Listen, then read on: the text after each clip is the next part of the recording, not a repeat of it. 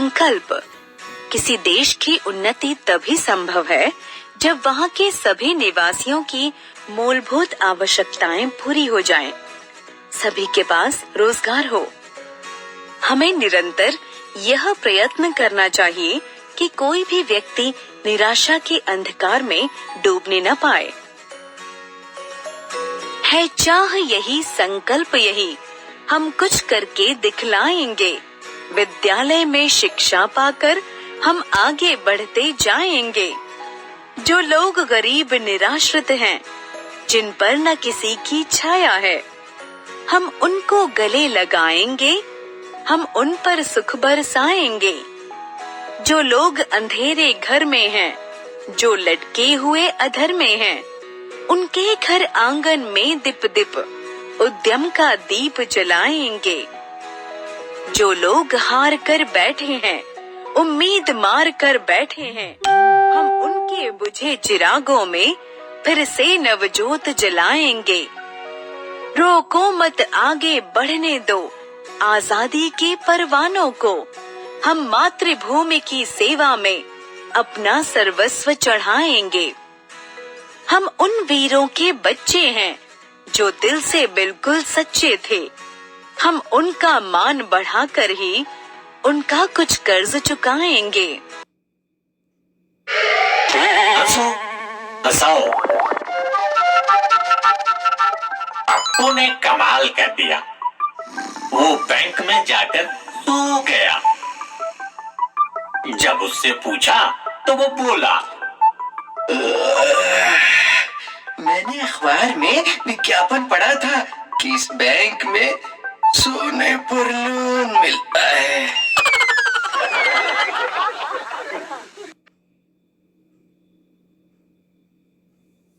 हंसो हंसाओ। Good morning students. हाँ जी बेटा, आप सब कैसे हो? हाँ जी बेटा, हमने वनडे के लाइव सेशन के अंदर मैंने टेस्ट लिया था आपका चैप्टर 7 का ग्रामर का अविकारी शब्द, जिसके अंदर काफ़ी सारे बच्चों के डाउट्स भी थे, क्वेरीज थी और टेस्ट भी था ओरल, साथ में छोटे छोटे क्वेश्चंस जो कि हमने क्लियर किए थे। तो आज हम जो करने जा रहे हैं वो है हमारा सुनहरी धूप का लास्ट चैप्टर, चैप्टर नंबर 16 संकल्प। ये एक पोएम है और इसके जो कवि हैं वो है राम नरेश त्रिपाठी जी। वो क्या कहते हैं, संकल्प का अर्थ क्या होता है? संकल्प का अर्थ होता है कि अपने आप को इरादा करना, पक्का इरादा करना। तो मतलब अपने आप को इतना मजबूत करना कि मैंने जो काम करना है वो संकल्प लेके करना है कि मैं ये करके ही रहूँगा। तो किसी भी यहाँ जो वो कवि कह रहा है वो कहता है कि किसी देश की उन्नति तभी संभव है। हाँ जी बच्चे, मैं बात कर रही थी संकल्प की। संकल्प होता है किसी भी चीज़ का प्रण लेना, वादा करना। तो किसी देश की उन्नति तभी संभव है जब वहाँ के सभी निवासियों की मूलभूत आवश्यकताएं पूरी हो जाएं। कहने का अर्थ है कि कोई देश तभी उन्नति कर सकता है जब वहाँ के जो निवासी हैं वो सारे सुखी हों, उनकी सारी इच्छाएं, उनकी सारी आवश्यकताएं पूरी हों, सभी के पास रोजगार हो। तो हमें निरंतर ये प्रयत्न करते रहना चाहिए कि कोई भी व्यक्ति निराशा के अंधकार में डूब ना जाए। तो यहाँ पे आप विद्यार्थियों की है ये छोटी सी पोएम, बहुत अच्छी, राम नरेश त्रिपाठी के द्वारा लिखी गई है। चाह यही, संकल्प यही, हम कुछ करके दिखलाएंगे। विद्यालय में शिक्षा पाकर हम आगे बढ़ते जाएंगे। तो राम नरेश त्रिपाठी जी, कवि जी, क्या कहना चाहते हैं कि यहाँ पे जो विद्यार्थी हैं वो संकल्प ले रहे हैं, वो प्रण लेते हैं, वो चाहते हैं कि हम ये प्रण लें कि हम कुछ करके दिखाएं, कुछ ऐसा करें। और जो भी छोटा बच्चा होता है, विद्यार्थी जैसे मतलब स्कूल में आता है, तो हर किसी का एक सपना होता है, चाह होती है कि मैं कुछ बनूं। तो वो ये यहाँ कह रहा है कि हम कुछ करके दिखलाएं, विद्यालय में शिक्षा पाकर हम आगे बढ़ते जाएं। तो स्कूल में जाकर जो हमें शिक्षा मिलती है, हमें मतलब जो एकेडमिक शिक्षा तो मिलती है, साथ में हमारा जो मैनर्स होते हैं वो भी, उसमें भी मतलब उन मैनर्स वैल्यू भी हमें आती है। विद्यालय में जाकर हम आगे ही आगे बढ़ते जाएं। जो लोग गरीब निराश्रित हैं, जिन पर ना किसी की छाया है, हम उनको गले लगाएंगे, हम उन पर सुख बरसाएंगे। तो यहाँ भी वो जो कवि है उसने ये बच्चों के द्वारा ये कहलवाया है कि जो लोग गरीब और निराश्रित, गरीब आपको बहुत अच्छे से पता है जिनके पास धन की कमी होती है, निराश्रित जिनके पास कोई सहारा नहीं होता, जिनके पास कोई आशा ना हो, तो वो जिस पर ना किसी की छाया हो और कि उनके सिर पे किसी की छाया भी ना हो कि उनके सिर पे हाथ रख के कह दे कि हम तेरे साथ हैं, हम उनको गले लगाएंगे, हम उन बच्चों को गले लगाएंगे, अब उन पर सुख बरसाएंगे। जो लोग अंधेरे घर में हैं, जो लटके हुए अधर में हैं, उनके घर आंगन में दीप दीप उद्यम का दीप जलाएंगे। जो लोग अंधेरे घर में हैं, यहाँ पे उन्होंने ये कहा है कि जो लोग अपने आप को कोई मतलब अंधेरे में के आने का मतलब उनको समझ नहीं आता कि हम क्या करें क्या ना करें, उनके दिमाग में कोई बात नहीं आती, वो लोग, उनके बारे में अंधेरे में बात की गई है। और जो लटके हुए अधर में है, जो बीच में लटके हुए हैं, ना इधर के हैं ना उधर के हैं, वो कुछ नहीं कर पा रहे, उनके घर आंगन में दीप दीप उद्यम का दीप जलाएंगे। उद्यम होता है मेहनत और दीप दीप का मतलब होता है उनके घर आंगन में हम छोटे छोटे दीपक जलाकर मेहनत का दीप जलाएंगे उनके मन में, ताकि वो भी मेहनत करके आगे बढ़ सकें। जो लोग हार कर बैठे हैं, उम्मीद मार कर बैठे हैं, हम उनके बुझे चिरागों में फिर से नवजोत जलाएंगे। जो लोग हार कर बैठे हैं, कई लोग ऐसे होते हैं कि जो मेहनत करने पर उनको उनके हाथ में कुछ नहीं आता, तो वो उनका मन हार जाता है कि अब हम कुछ नहीं करेंगे क्योंकि कुछ हासिल ही नहीं हो रहा है करने के बाद भी, तो वो हार जाते हैं, दिल हार कर बैठ जाते हैं। तो यहाँ उन्होंने बोला है कि जो लोग हार कर बैठे हैं, हार का मतलब ये खेल या किसी चीज में हारना नहीं है, यहाँ हारने का मतलब है कि अपने मन से ही हार जाना, अपने मन में उदासी आ जानी कि मेरे से कुछ नहीं हो रहा, मेरा कुछ नहीं बन रहा, तो उदास हो जाना। तो उम्मीद मार कर बैठे हैं, आशा को भी उन्होंने मार दिया अंदर से, उनकी उम्मीद खत्म हो चुकी है कि हम कुछ कर भी पाएंगे या नहीं। हम उनके बुझे चिरागों में फिर से नवजोत जलाएंगे। बुझे चिरागों का मतलब है कि जो मन को मतलब हार कर बैठे हैं, उनके मन को फिर से हम एक उम्मीद जगा देंगे उनके मन में, ताकि वो फिर से नई जोत जला सकें। रोको मत आगे बढ़ने दो आजादी के परवानों को, हम मातृभूमि की सेवा में अपना सर्वस्व चढ़ाएंगे। यहाँ एक भी मतलब जो राम नरेश त्रिपाठी जी कवि हैं, उन्होंने बहुत अच्छी बात की है, विद्यार्थियों के थ्रू ये बात कहलवाई है, रोको मत आगे बढ़ने दो। कहने का मतलब उनको रोको नहीं, जो फौजी वो आज़ादी के परवाने हैं जो, उनको रोको नहीं, उनको आगे बढ़ते रहने दो। हम मातृभूमि की सेवा में अपना सर्वस्व चढ़ाएंगे। हम भी जो मातृभूमि है, मातृभूमि का होती है जहाँ हम पैदा होते हैं, जहाँ हम पले बड़े हैं, उस भूमि से हमें प्यार हो जाता है, वो मातृभूमि कहलाती है। तो हम मातृभूमि की सेवा में अपना सर्वस्व, सर्वस्व क्या होता है, अपना सब कुछ चढ़ा देंगे। हम उन वीरों के बच्चे हैं जो दिल से बिल्कुल सच्चे थे, हम उनका मान बढ़ाकर ही उनका कुछ कर्ज चुकाएंगे। तो यहाँ कवि ने क्या कहा है कि हम उन वीरों के बच्चे हैं। किन वीरों की बात कर रहे हैं कि जिन्होंने देश को आजाद करवाया है, आज़ादी दिलवाई है, उन वीरों की बात कर रहे हैं। तो कहते हैं हम भी उनके बच्चे हैं जो दिल से बिल्कुल सच्चे थे, वो दिल से बिल्कुल सच्चे थे, उनको देश से प्यार था और उन्होंने सिर्फ लड़ाई लड़ी है तो आज़ादी की लड़ाई लड़ी है। हम उनका मान बढ़ाकर ही उनका कर्ज चुकाएंगे। हम उनका मान बढ़ाएंगे, हम उनके मान को नीचे गिरने नहीं देंगे, बल्कि उनका मान बढ़ाएंगे ताकि उनका थोड़ा बहुत तो एटलीस्ट हम कर्ज चुका सकें। क्योंकि जो जिन्होंने हमारे देश की आज़ादी के लिए कुर्बानियाँ दी हैं, हम उनका कर्ज कभी नहीं चुका सकते। क्योंकि जब जिन हालातों में वो रहे हैं, जब भारत आज़ाद नहीं था, अंग्रेज़ बहुत सारा ऊपर जुल्म करते थे भारतीयों पर, तो उस टाइम पे इन्होंने देश को आज़ाद करवाकर हम खुली हवा में, स्वतंत्र हवा के अंदर हम सांस ले रहे हैं। इवन उस टाइम पे तो हम कुछ भी नहीं कर सकते थे, क्योंकि सारा जितना भी जो अंग्रेज़ थे वो अपना पूरा हक जमाए हुए थे भारतीयों पर। तो राम नरेश त्रिपाठी जी ने ये बोला है कि हम उन वीरों के बच्चे हैं जो दिल से बिल्कुल सच्चे थे, हम उनका मान बढ़ाकर ही उनका कुछ कर्ज चुकाएंगे। तो हम उन वीरों का मान बढ़ाएंगे और उनका थोड़ा सा, अगर हो सका तो थोड़ा सा कर्ज हम चुका देंगे। ये आपका सुनहरी धूप का लास्ट चैप्टर है, 16 चैप्टर संकल्प पोएम है, जो मैंने आपको समझा दी है। इसके साथ एक YouTube की वीडियो भी डालूंगी ताकि आपको चैप्टर समझ आ जाए, और अगली वीडियो में हम इसका बुक वर्क करेंगे। धन्यवाद।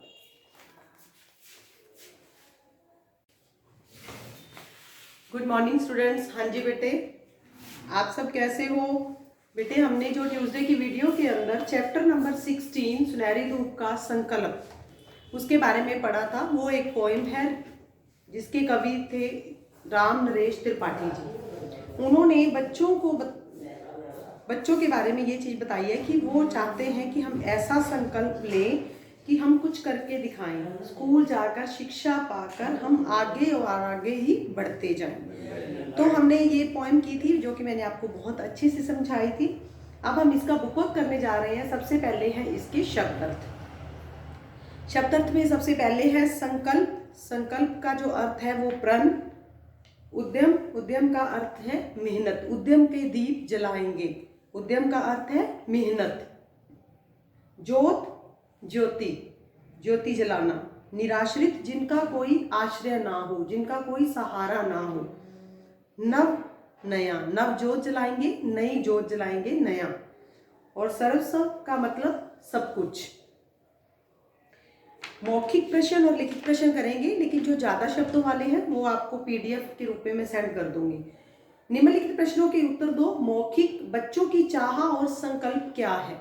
बच्चों की चाह अपने जीवन में शिक्षा पाकर कुछ महत्वपूर्ण कार्य करने की है। बच्चे की चाह और संकल्प अपने जीवन में शिक्षा पाकर कुछ महत्वपूर्ण कार्य करने का है। गरीबों को गले लगाने से क्या होगा? गरीबों को गले लगाने से वो अपने आप को निराश्रित अनुभव नहीं करेंगे और उनको भी, उनके अंदर भी कोई ऐसी उम्मीद जगेगी कि हम भी आगे बढ़े। बच्चे मातृभूमि की सेवा में क्या चढ़ाना चाहते हैं? बच्चे मातृभूमि की सेवा में सर्वस्व चढ़ाना चाहते हैं, अपना सब कुछ चढ़ाना चाहते हैं। बच्चे किसका मान बढ़ाना चाहते हैं? बच्चे वीर पुरुषों का मान बढ़ाना चाहते हैं और खुद को भी बच्चे वीर पुरुषों का मानते हैं, तो इसीलिए उनको है कि वीर पुरुषों का मान बढ़े। नेक्स्ट प्रश्न है लिखित प्रश्न कुछ शब्दों में। बच्चे विद्यालय में शिक्षा प्राप्त करके क्या करना चाहते हैं? बच्चे विद्यालय में शिक्षा प्राप्त करके कुछ करके दिखाना चाहते हैं। बच्चे घर आंगन में क्या जलाएंगे? बच्चे घर आंगन में उद्यम का दीप जलाएंगे।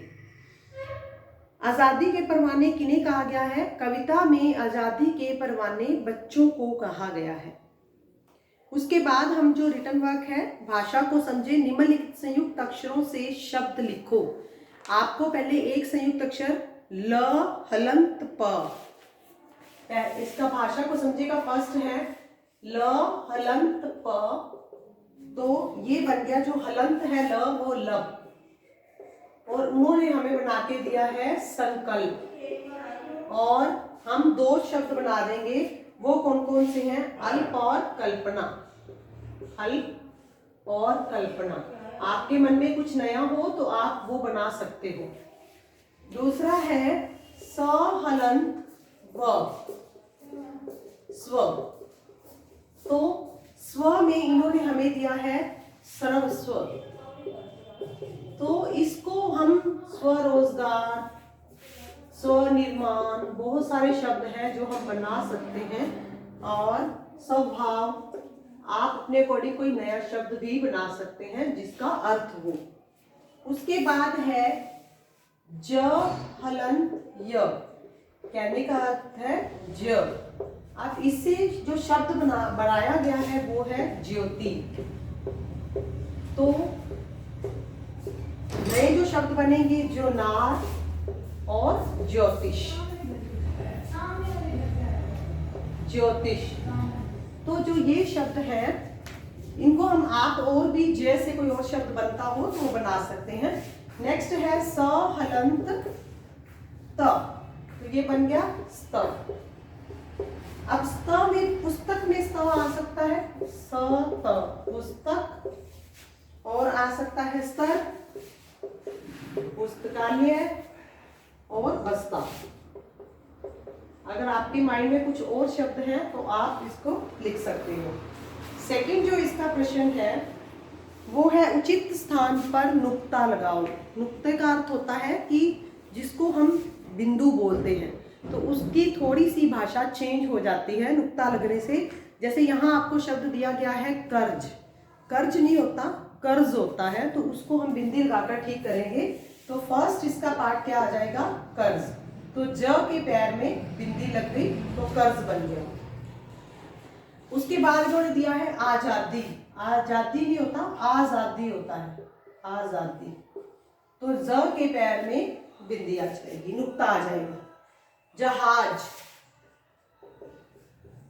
जहाज, ज के पैर में बिंदी।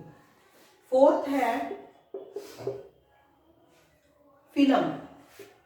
अब फिल्म में क्या है, फ के पैर में भी बिंदी होती है। जब हम बिंदी वाले शब्द करते हैं तो उसके अंदर आपको हम दिखाते हैं कि फ के पैर में भी। ऐसे ही फिजूल,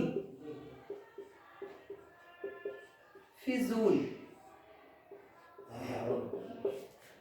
सिक्स्थ है अंग्रेजी नहीं होता, अंग्रेजी, अंग्रेजी। ज के पैर में बिंदी। उसके बाद तूफान। सेवंथ है तूफान, फ के पैर में बिंदी, तूफान। और एट्थ है मजदूर नहीं होता, मजदूर, मजदूर। और नाइन्थ है फर्क। जो लास्ट वर्ड है वो है फर्क। तो फ के पैर में बिंदी, क के ऊपर र। तो ये हो जाएगा उचित स्थान पर नुक्ता लगाकर हमने ये पूरा बुकवर्क कर लिया है, अभ्यास कार्य जो। उसके बाद है कविता का सस्वर वाचन करें। सस्वर का मतलब गा के इसको बोलें अपने आप या अध्यापक की सहायता से। तो ये हम क्लास में बहुत अच्छे से कर सकते हैं। रचनात्मक कार्य है वो आप पे है, आप इसको किस टाइप से करते हो। कोई एक संकल्प लें व लिखे कि आपने क्या संकल्प लिया है, क्यों लिया है, अब आप क्या करेंगे आदि। इस तरीके से 3-4 क्वेश्चंस बना के छोटा छोटा लिख सकते हो इसका। राम नरेश त्रिपाठी की कुछ अन्य कविताओं का संकलन करो व अपनी मनपसंद कोई एक कविता कक्षा में सुनाओ। ये काम कक्षा का है। परिश्रम का महत्व बताते हुए कोई 4 सूक्तियां लिखो। सूक्तियों का मतलब जैसे परिश्रम ही सफलता की कुंजी है, इस टाइप से 3-4 सूक्तियां लिखनी है। वो आप अपने अकॉर्डिंग कुछ भी बना सकते हो। तो ये हमारी जो सुनहरी धूप है वो बुक पूरी हो गई है, सिलेबस कंप्लीट हो गया है। आगे हम जो ग्रामर के चैप्टर्स रहते हैं वो करेंगे और साथ साथ हम छोटे छोटे इसके टेस्ट लेंगे। धन्यवाद। चलो जी।